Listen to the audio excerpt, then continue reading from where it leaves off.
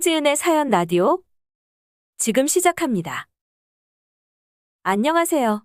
혓바닥을 너무 가볍게 놀려대던 무개념 남자친구와 파혼했습니다. 비단 남자친구만의 문제는 아니었어요. 그렇게 성장할 수 있게 만든 예비시댁도 문제였죠. 제가 초등학교 3학년 때까지만 해도 저희 집은 다른 가정과 크게 다를 것 없이 평범한 가정이었어요. 어머니께서는 조금이라도 더 벌겠다며 다시 일자리를 구하셨어요. 새벽같이 나가서 저녁 늦게 끝나는 고된 직업이었지만 학원비라도 벌 수 있어서 다행이라며 좋아하셨죠. 하지만 그것도 잠깐이었고 저녁 늦게 퇴근하시던 어머니는 신호위반 차량에 치여 돌아가셨어요. 어린 나이에 많은 생각을 했습니다. 엄마가 나 때문에 돈 벌러 나가셨다가 돌아가셨다는 생각이 머릿속을 떠나질 않았어요. 한동안은 죄책감에 사로잡혀 말도 못할 정도였죠. 그렇게 1년 정도 지났을 때였어요. 아버지는 만나는 여자가 생겼는데 얼핏 봐도 그 여자는 30도 안 넘어 보였어요. 제가 언니라고 불러도 이상하지 않아 보였었죠. 너무 충격적이어서 아직도 선명하게 생각이 나네요. 아버지는 그 여자를 만나고 나서부터 제가 학교 갔다 오면 항상 방에서 공부만 하라고 하셨고 방 밖으로는 못 나오게 하셨어요. 주말에는 화장실 자주 간다고 혼난 적도 있어서 물을 적게 마시거나 하루에 한두 번 몰아서 가곤 했죠. 어린 나이에 도저히 안 되겠다 싶어서 이모에게 전화를 했고 정말 감사하게도 이모는 전화 끊고 얼마 지나지 않아서 저를 데리러 오셨어요. 그때부터 이모 집에서 같이 살게 되었어요. 엄마에겐 형제라고는 이모밖에 없었고 외할아버지랑 할머니도 돌아가셔서 이모도 가족이라고는 저밖에 없었죠. 이모에게는 저를 돌봐야 하는 의무는 없었지만 아빠의 존재가 잊혀질 만큼 저를 정말 잘 챙겨주셨어요. 부모 없는 티 나면 친구들한테 놀림받고 사회에서 무시받는 게 현실이라며 옷이며 가방, 학용품 등등 저한테 아낌없이 투자해 주셨어요.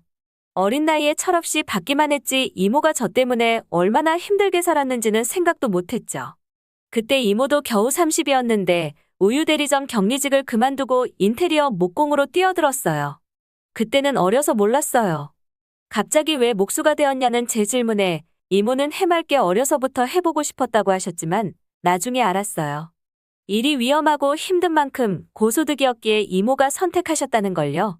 심지어 20년 전에 여자가 목수를 한다는 건 얼마나 힘들었을지 상상도 안 가네요. 저는 그렇게 이모가 청춘을 갈아 넣어 저를 키워주신 덕분에 무사히 교대에 진학해서 선생님이 되었습니다. 선생님이라고 해서 많은 걸 아이들에게 해줄 수는 없지만 저보다 힘든 시기를 겪는 친구들을 도와주고 싶었어요. 결혼까지 생각했던 남자친구는 저와 같은 교대 출신의 교사였어요. 하지만 임용해서 삼수를 하고는 결국 학교 선배의 추천으로 사립학교 계약직 교사로 들어갔어요. 교대 출신에게 임용이 중요하긴 하지만 저는 그보다 사람 인성을 중요시했기에 남자친구가 삼수를 하고 임용에 실패한 건 저에게 큰 문제가 아니었어요. 물론 그때는 인성에 문제가 있는 걸 몰랐으니까요. 사실 따지고 보면 제 판단력이 부족했던 거죠. 그렇게 남자친구와 2년 정도 만남을 이어갔을 때 모은 돈은 많이 없었지만 나름 안정적인 직장을 가지고 있으니 굳이 오래 시간 끌지 말고 일찍 결혼 준비를 해도 되겠다는 생각이 들었죠. 대출받아서 집을 어디에 어떻게 구할지, 혼수는 어떻게 살지 등등 남자친구랑 구체적인 계획을 세워놨지만 이모는 제가 시댁에서 책 잡힐까 무섭다며 전세집을 구해주셨어요. 전세집이지만 신혼 느낌 내라며 집주인의 동의하에 이모가 인테리어도 새로 해주셨고요. 덕분에 많은 비용을 절약할 수 있었죠. 조금 이른감이 있었지만 어차피 결혼 몇 달 안 남은 시점에서 크게 문제될 거는 없다고 생각했어요. 상견례 하자는 얘기가 없길래 저는 일부러 저를 배려해서 안 하는 줄 알았는데 나중에 알고 보니 남자친구가 저희 집 가정사에 대해서 아무 얘기를 안 한 거였죠. 사실 이때부터 불쾌한 감이 없잖아 있었어요. 뒤늦게 저희 집 사정을 알게 된 남자친구 어머니가 그럼 이모라도 한번 보자고 한 거죠. 이모한테 얘기를 했더니 이모도 드디어 제 보호자 자격으로 상견례까지 하게 되었다며 좋아하셨어요. 하지만 좋은 뜻으로 보자고 한 게 아니었는데 그들의 저희를 간파하지 못한 제 잘못이었죠. 평소에 작업복이나 편한 옷만 입으시던 이모는 상견례를 위해 옷까지 새로 장만하셨어요. 그렇게 상견례 날 식당에 도착해서 룸에 들어가니 남자친구 어머니는 일어날 생각도 안 하시더라고요. 그때 뭔가 잘못되었음을 느꼈죠. 식사 시작도 전에 남자친구 어머니가 이모에게 차가운 말투로 묻더라고요. 부모님 대신 혼주석에 계신다는 얘기를 들었는데 맞냐면서요. 이모는 그래도 침착하게 대답하셨어요. 맞는데 무슨 문제라도 있냐고요. 그때 남자친구 어머니께서 하신 말씀은 꽤나 충격적이었어요. 21세기에 저런 말을 들을 거라고는 상상도 못했거든요.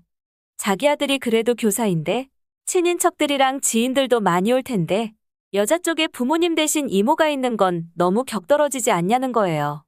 직업이 목수라고 들었는데 하객들이 여자 쪽 혼주는 왜 혼자냐, 뭐 하는 집안이냐고 물어보면 자기도 그렇고 애들도 얼마나 민망하겠냐면서요. 애들 새 출발하는데 민망하게 시작해서야 되겠냐고 하시더라고요. 너무 어이가 없었는데 더 어이없는 건 남자친구가 자기 엄마 말에 동조하고 있었다는 거였죠. 차라리 없으면 없지. 이모가 계시는 건 좀 아니지 않냐면서요. 살다가 혼주석에 이모가 계신다는데 그걸로 시비 거는 사람이 있을 거라고는 생각도 못했습니다. 이모는 중간에서 어쩔 줄 몰라 하시길래 제가 이모 손잡고 일어났습니다. 그리고 남자친구네 엄마한테 얘기했어요. 목수라는 직업이 뭐 때문에 마음에 걸리시는지는 모르겠지만 임용 3번 떨어진 계약직 교사보다는 100배 1000배 낫다고요. 그렇게 3달도 안 남겨두고 결혼을 엎어버렸습니다.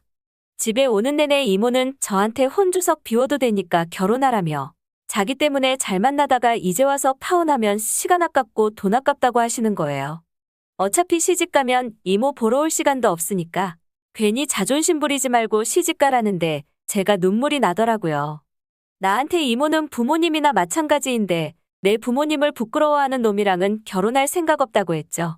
그렇게 상견례 파혼하고 며칠 지나지 않아서 남자친구한테 연락이 왔더라고요.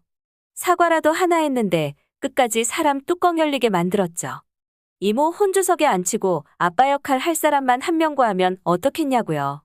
너무 어이가 없어서 쌍욕하고 끊어버렸습니다. 근데 문제는 그 후였어요.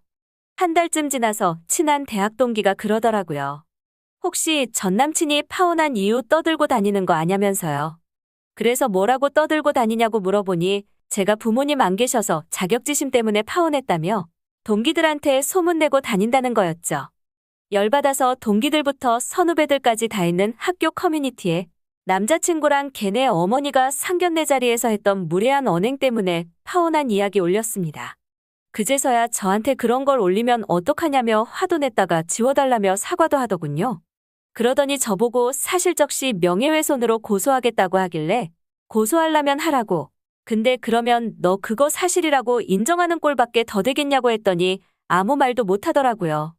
그렇게 저희의 연은 끝이 났습니다. 파혼하면 하는 거지 뒤에서 쓸데없이 안 좋은 얘기 퍼뜨리고 다니던 남자친구는 오히려 저한테 역품을 맞았고 일자리 만들어줬던 선배 기회도 들어가서 결국 학교랑 재계약도 못했다고 하더군요. 그렇게까지 했어야 했냐는 분들이 계실 수도 있겠지만 앞으로도 저는 우리 이모 함부로 대하는 사람이 있으면 가만히 있지 않을 거예요. 홍지은의 사연 라디오 오늘 이야기 여기까지입니다. 재미있게 들으셨다면 구독과 좋아요 부탁드립니다.